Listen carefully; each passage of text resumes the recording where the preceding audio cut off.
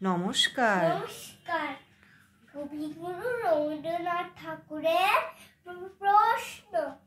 মাগো, আমার ছুটি নিতে বল, সকাল থেকে পড়ছি যে মেলা, তোমার ঘরে বসে করবো শুধু পড়া পড়া খেলা। তুমি বলো দুপুরে এখন সবে না হয়ে যাবে সত্যি হলো তাই।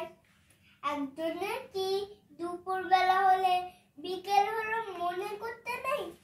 আমি তো বেশ ভাবতে পারি মনে সূর্য ডুবে আছে মাথার শেষে, বাগদি বই চুপড়ি ভরে দে, শাক তুলেছে পুকুর ধারে সে, আধার হলো মাদা গাছের তলা, কালিও এলো দিঘির জল, হাতের থেকে সবাই এলো ফিরে, মাথার থেকে এলো চাষির দল। মনে কর না সাজের তারা, মনে কর না সন্ধে হলো যেন, রাতের বেলা দুপুর যদি হয়, দুপুর বেলা রাত হবে না কেন?